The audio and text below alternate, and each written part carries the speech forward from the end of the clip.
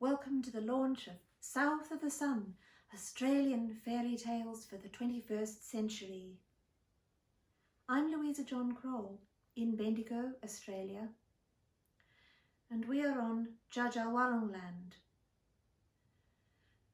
We pay our respects to the First People, the elders and custodians, past, present and emerging. Also, to my honour and delight, one of the authors in our intercultural anthology, Eugen Bacon, has invited me to read part of her story for you. It's called The Young Prince, and I hope you enjoy it as much as I do. Thank you for joining us.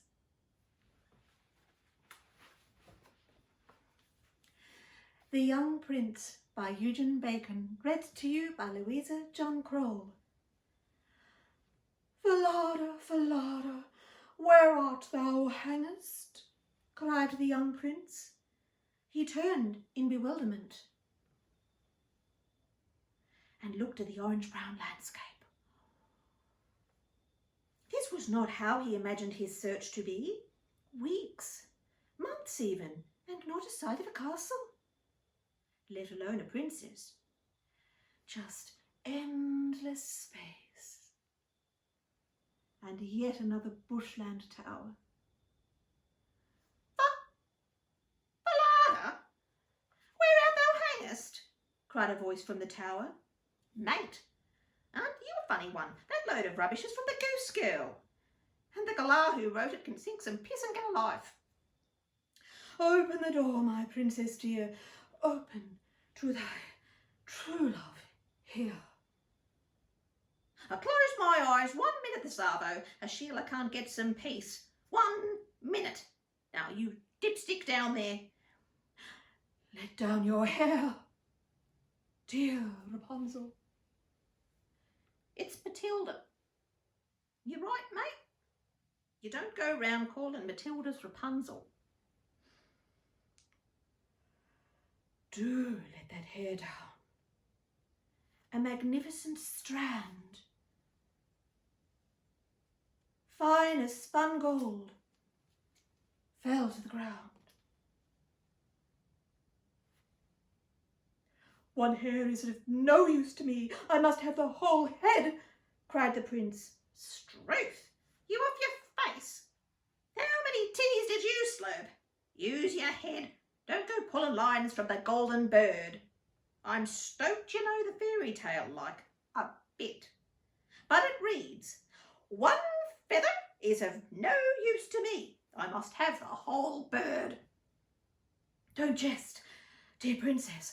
I've come a long way. It's clear you won't rack off, so wait a minute. A rope of braided hair fell to the ground. My dear, said the prince, the idea was to wind your hair round one of the hooks on the window and lower it so I could climb up. You reckon? So, not to share it then? No. Now you tell me. That's a bit of a bugger. But no worries. It was just a wig.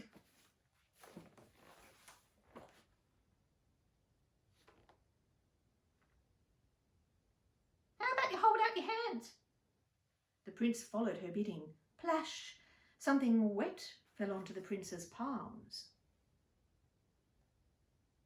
What the? It's a nasty frog! He cried. Fair dinkum, and what do you mean nasty? I'm a green tree frog. Litoria caerulea, to be precise. Ew.